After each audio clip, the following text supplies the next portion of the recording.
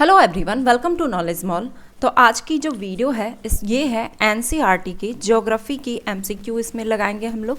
ये 6th class की NCERT chapter 4 मानचित्र से लिया गया एमसीक्यू है और आई होप कि आपने मानचित्र चैप्टर को बहुत अच्छे से पढ़ा होगा।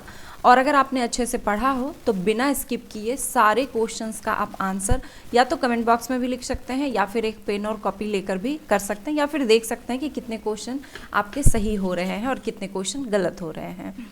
तो चलिए स्टार्ट करते हैं आज की वीडियो को। और हाँ, अगर चैनल पर नए हैं तो चैनल को सब्सक्राइब जरूर कर लें, बेल आइकन को प्रेस कर लें ताकि वीडियो की नोटिफिकेशन मिलती रहे। क्वेश्चन है पहला कि भौतिक मानचित्र में किन्हें शामिल किया जाता है। आंसर है इसका ऑप्शन सी 1, 2, 3, 4 पर्वत, पठार, मैदान और महासागर, इन सभी को भौतिक मानचित्र में शामिल किया जाता है।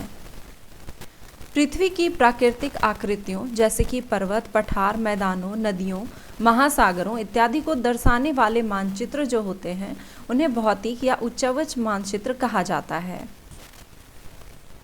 राज्यों, नगरों, शहरों तथा गांवों और विश्व के विभिन्न देशों व राज्यों तथा उनकी सीमाओं को दर्शाने वाले मानचित्र को क्या कहा जाता है। आंसर है ऑप्शन बी, इन्हें राजनीतिक मानचित्र कहा जाता है। राज्यों, नगरों, शहरों, गांव और विश्व के विभिन्न देश व राज्यों तथा उनकी सीमाओं को दर्शाने वाले मानचित्र को राजनीतिक मानचित्र कहा जाता है। थीमैटिक मानचित्र में किसे किसे शामिल किया जाता है। आंसर है ऑप्शन डी, उपयुक्त सभी को। सड़क मानचित्र, वर्षा मानचित्र, वन तथा उद्योग के वितरण दर्शाने वाले मानचित्र। कुछ मानचित्र हमें विशेष जानकारियां प्रदान करते हैं जैसे कि सड़क मानचित्र, वर्षा मानचित्र, रेलवे मानचित्र, वन तथा उद्योग आदि के वितरण दर्शाने वाले मानचित्र इत्यादि। इस प्रकार के मानचित्र को थीमैटिक मानचित्र कहा जाता है। मानचित्र के प्रमुख घटकों में निम्नलिखित में से किसे शामिल किया जाता है। आंसर है ऑप्शन डी, उपयुक्त सभी को। दूरी, दिशा और प्रतीक को। मानचित्र का एक आरेखन होता है जो कि पूरे विश्व या उसके एक भाग को छोटा कर कागज के एक पन्ने पर दर्शाता है, लेकिन इसे इतनी सावधानी से छोटा किया जाता है ताकि स्थान के बीच की दूरी वास्तविक रहे। ये दूरी मापने के लिए किया जाता है।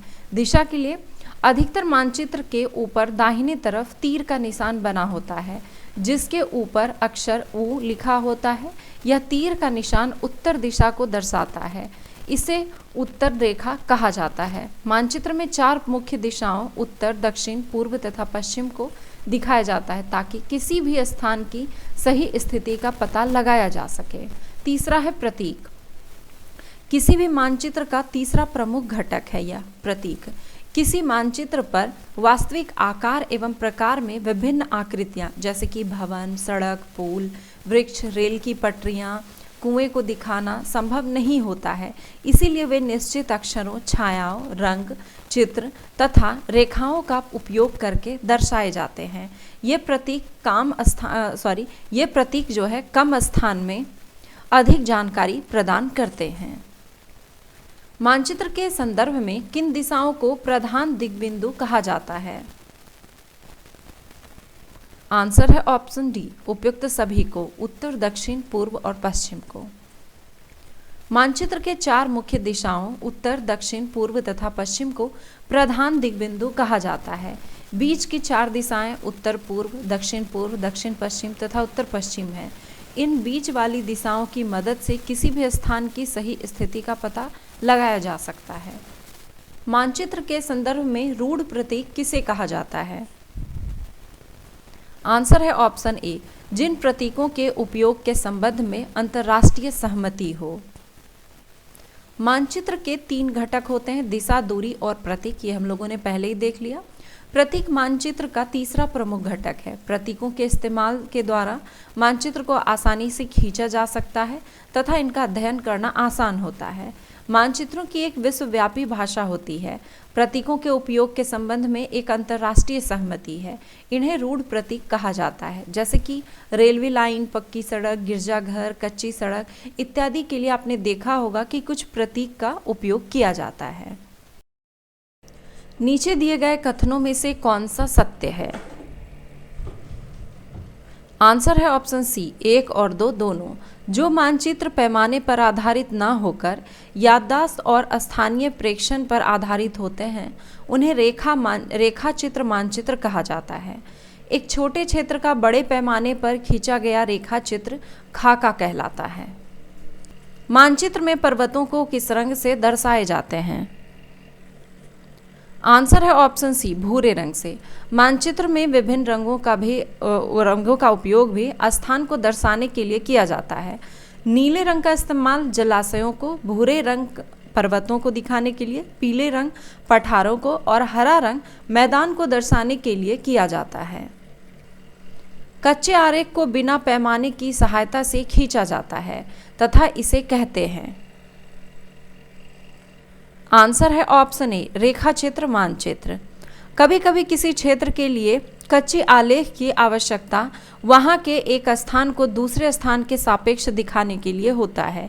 इस प्रकार कच्चे आरेख को बिना पैमाने की सहायता से खींचा जाता है तथा इसे रेखाचित्र मानचित्र कहा जाता है। एक छोटे क्षेत्र का बड़े पैमाने पर खींचा गया रेखाचित्र क्या कहलाता है? आंसर है ऑप्शन सी, खाका। एक छोटे क्षेत्र का बड़े पैमाने पर खींचा गया रेखाचित्र खाका कहलाता है और एक बड़े पैमाने वाले मानचित्र से हमें बहुत सारी जानकारियां प्राप्त होती है।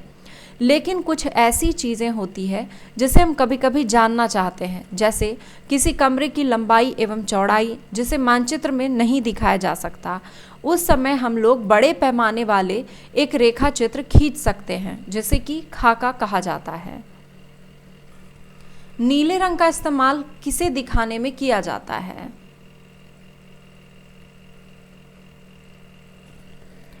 आंसर है ऑप्शन डी, जलाशय को दिखाने में। दिक्सूचक का उपयोग किया जाता है। आंसर है ऑप्शन बी, मुख्य दिशा का पता लगाने के लिए। और ये क्वेश्चन आज का है, आप लोगों को इसका आंसर कमेंट बॉक्स में देना है। क्वेश्चन है कि वृक्षों के वितरण को दिखाने वाले मानचित्र क्या कहलाते हैं? आपके पास ऑप्शन है भौतिक मानचित्र, राजनीतिक मानचित्र, थीमेटिक मानचित्र या फिर उपयुक्त में से कोई नहीं। अगर आपने इस चैप्टर को अच्छे से पढ़ा होगा और सारे एमसीक्यूज भी लगाए होंगे तो अब तक आप समझ चुके होंगे कि इसका आंसर क्या होगा। तो आप अपना आंसर कमेंट बॉक्स में लिखें। वीडियो पसंद आया तो लाइक ज़रूर करें। और नेक्स्ट चैप्टर के लिए आपको पढ़ना है 6th क्लास की NCERT। मैं बार बार बता देती हूँ, हो सकता है कई स्टूडेंट बीच से स्किप कर करके देखते हैं। तो 6th क्लास की NCERT आपको पढ़नी है, ज्योग्राफी, और इसका चैप्टर 5 पढ़ना है, पृथ्वी के प्रमुख परिमंडल। और अगर आप इसे पढ़ लेते हैं एक बार तो MCQ लगाने में आपको आसानी होती है और प्लस इसका रिवीजन भी अच्छे से हो जाता है, जो आपको लंबे समय तक याद रहता है। तो अगर वीडियो पसंद आया हो तो लाइक ज़रूर करें, कमेंट करें और दोस्तों के साथ शेयर ज़रूर करें। धन्यवाद।